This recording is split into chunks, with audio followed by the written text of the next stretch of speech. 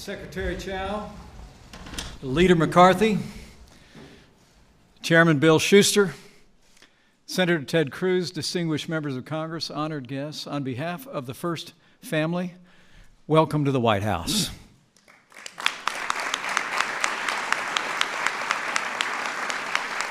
And thanks to the leadership of President Donald Trump, welcome to the beginning of a new era for American infrastructure.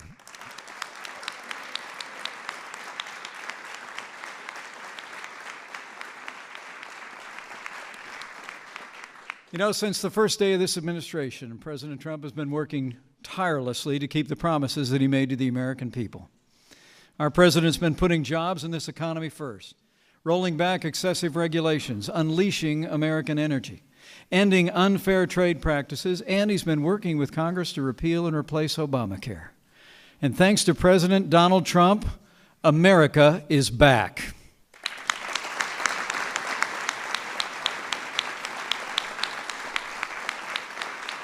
American businesses are growing and investing in America again. More than 600,000 private sector jobs have been created under this president's leadership, and unemployment hasn't been this low for 16 years. But if you haven't already noticed it, the American people also elected a builder to be the 45th President of the United States, and this week, starting today, this president will take historic steps to keep his promise to rebuild America.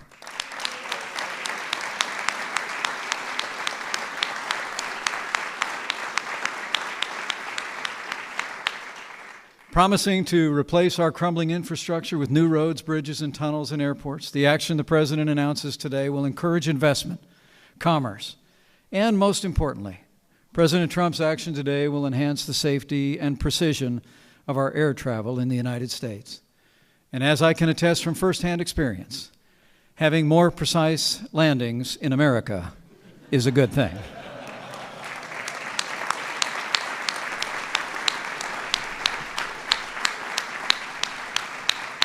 So, with gratitude for his leadership and vision, and with admiration for his unwavering determination to rebuild America and restore a nation of opportunity and prosperity, it is now my high honor and distinct privilege to introduce to you the President of the United States of America, President Donald Trump.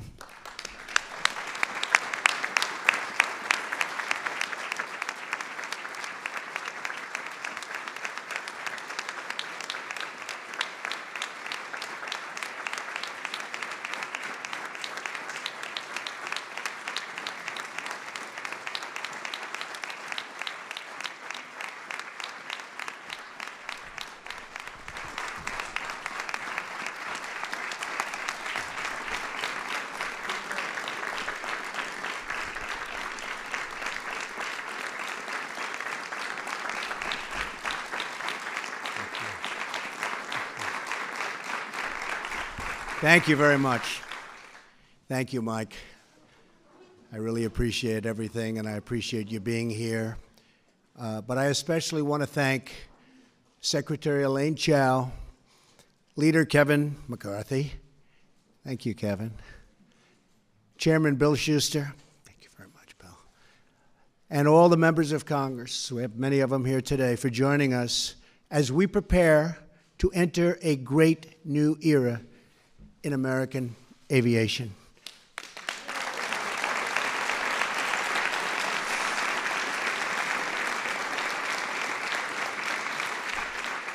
It's about time, too, I can tell you. But before discussing our plans to modernize air travel, I want to provide an update on our efforts to fix and modernize vital services for our veterans, our great, great veterans who we all love. For decades, the federal government has struggled to accomplish something that should be very, very simple: seamlessly transferring a veteran's medical records from the Defense Department to the veterans' groups and to the VA. In recent years, it has taken not just days or weeks, but many months for the records to follow the veteran. This has caused massive problems for our veterans. I'm very proud to say that we are finally taking steps to solve this situation once and for all. Secretary Shulkin announced this morning that the VA will announce and modernize its medical records to use the same system as the Department of Defense. No more complications. The records will now be able to follow the veteran when they leave service, meaning faster, better, and far better quality care. Okay.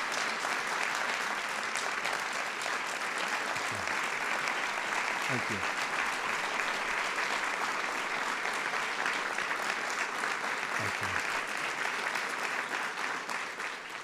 This is one of the biggest wins for our veterans in decades, and I congratulate Secretary Shulkin for making this very, very important decision. Thank you, Secretary. Appreciate it. I appreciate it. He's done a great job. Stand up, Secretary. Where's Secretary Shulkin? What a great job. Thank you. Of course, there is still much work to do, but for today's action, it shows the determined leadership and what it can accomplish. Great, great reform. So again, to David Shulkin, thank you. To all of our veterans who have served this nation, a very, very special thank you. This is truly wonderful, really monumental reform. So important for our veterans, but it's just the beginning. We're here today to discuss another issue that has gone unsolved for far too long. For too many years, our country has tolerated unacceptable delays at the airport, long wait times on the tarmac, and a slowing of commerce and travel that costs us billions and billions of dollars in lost hours and lost dollars themselves. Today, we're proposing to take American air travel into the future, finally, right? Finally. It's a long time.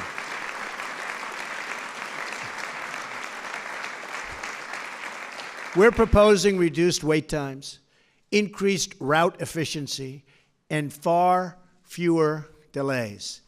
Our plan will get you where you need to go more quickly, more reliably, more affordably, and yes, for the first time in a long time, on time.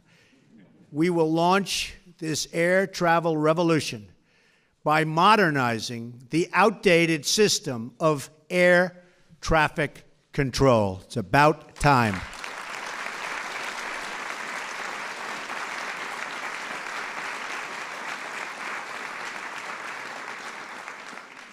Since the early days of commercial air service, the federal government has owned and operated the United States air traffic control system. Yet, more than a half a century later, the government is still using much of the exact same outdated technology. At a time when every passenger has GPS technology in their pockets, our air traffic control system still runs on radar and ground-based radio systems that they don't even make anymore. They can't even fix anymore.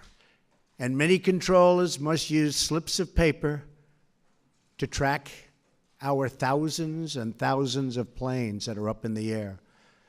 Our air traffic control system was designed when roughly 100,000 people flew at our airports each year.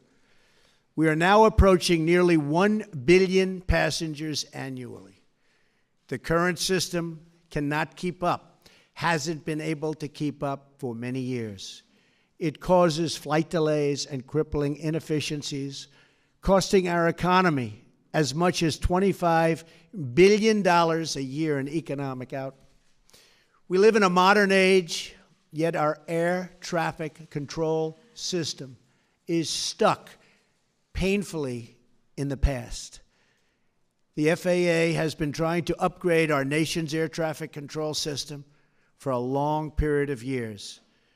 But after billions and billions of tax dollars spent and the many years of delays, we're still stuck with an ancient, broken, antiquated, horrible system that doesn't work. Other than that, it's quite good. The previous administration spent over $7 billion trying to upgrade the system and totally failed. Honestly, they didn't know what the hell they were doing. A total waste of money, $7 billion plus. It's time to join the future. That is why I'm proposing new principles to Congress for air traffic control reform, making flights quicker, safer, and more reliable. Crucially, these reforms are supported by air traffic controllers themselves. They're the ones that know the systems that they want. They know it better than anybody. And we have people that don't even call them in the past, but now we call them. I'm also proud to be joined today by passenger advocates, pilot unions, and leaders of airlines and cargo companies who strongly support our new framework and our bidding process. And we're bidding, ideally, to one great company. There'll be many bids, but one great company that can piece it all together. Not many companies all over the United States, like in the past, when they came time to piece it together, it didn't work. They were all different systems. We threw away billions and billions of dollars. I am very grateful that every former FAA chief and chief operating officers and 3 former transportation secretaries, Jim Burnley, Elizabeth Dole, and Mary Peters, stand with us today. Thank you.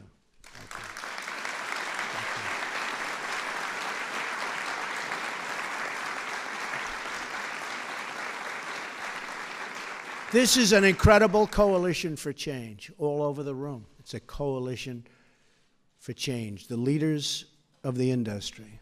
At its core, our new plan will dramatically improve America's air traffic control system by turning it over to a self-financing, nonprofit organization. This new entity will not need taxpayer money, which is very shocking when people hear that. They don't hear that too often. Under this new plan, the Federal Aviation Administration will focus firmly on what it does best, safety. A separate nonprofit entity would be charged with ensuring route efficiency, timely service, and a long-awaited reduction in delays. Our plan will also maintain support for rural communities and small airports, including airfields used by our Air National Guard units. Great people. And very importantly, air traffic controllers will and this will be highly valued. These are highly valued people. These are amazing people that know this system so well. And under our plan, they will have more financial security, professional opportunity, and far superior equipment, the best equipment anywhere in the world. There'll never be anything like what we're doing. And other systems are very good. I won't tell you the names of the country, but we have studied numerous countries, one in particular. They have a very, very good system. Ours is going to top it by a lot. Our incredible air traffic controllers keep us safe every day, even though they are forced to use this badly outdated system. That is why we want to give them access to capital markets and investors so they can obtain the best, newest, and safest technology available. And by the way, the new technology, and I've seen it, is incredible. If we adopt these changes, Americans can look forward to cheaper, faster, and safer travel, a future where 20% of a ticket price doesn't go to the government, and where you don't have to sit on a tarmac or circle for hours and hours over an airport, which is very dangerous also before you land. Dozens of countries have already made similar changes with terrific results, and we're going to top them, actually, by a long shot. Canada, as an example, modernized their air traffic control through a non-government organization about 20 years ago, and they have cut costs significantly, adopted cutting-edge technology, and handled 50% more traffic, and actually far more than that on a relative basis compared to us. A modern air traffic control system will make life better for all Americans who travel, ship, or fly. It will reduce cost and increase convenience for every American consumer. And these new efficiencies will produce a huge economic boost for the country and for the 1 in 14 American jobs that aviation supports. Today, we are taking the first important step to clearing the runway for more jobs, lower prices, and much, much, much better transportation. America is the nation that pioneered air travel, and with these reforms, we can once again lead the way far into the future. Our nation will move faster, fly higher, and soar proudly toward the next great chapter of American aviation. Thank you, God bless you, and God bless the United States of America. Thank you. Thank you very much. Thank you. I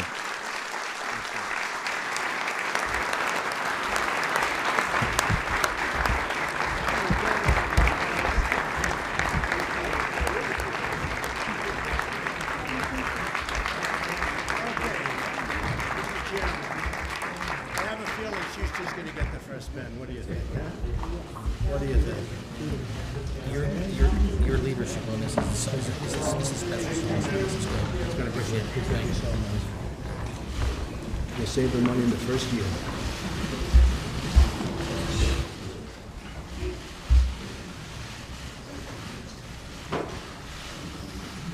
Okay, is that all right? Yeah. Big question is who's getting the second pen? Give it to you. Put it up. Secretary Chad. Secretary Chad. I think so. You're giving up your pen?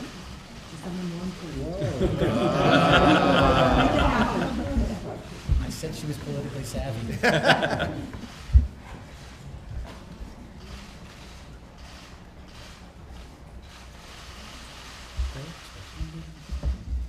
Where's our leader? Yeah, give me another pen, please. Just give me a pen.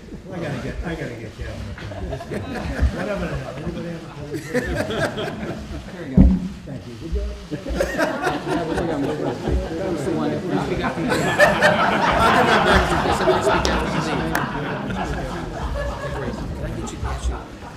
You visited these people's plan. Mother-in-law is turning 100. I wonder if you could just. Got me signing autographs now. He toured this plant, a 175-year-old plant in Hollidaysburg, Pennsylvania, Planahan. Still in operation, and Planahan's still running, and the mother-in-law's. This is constituent service. That's okay. This one's all right. Thank you all. Thank you.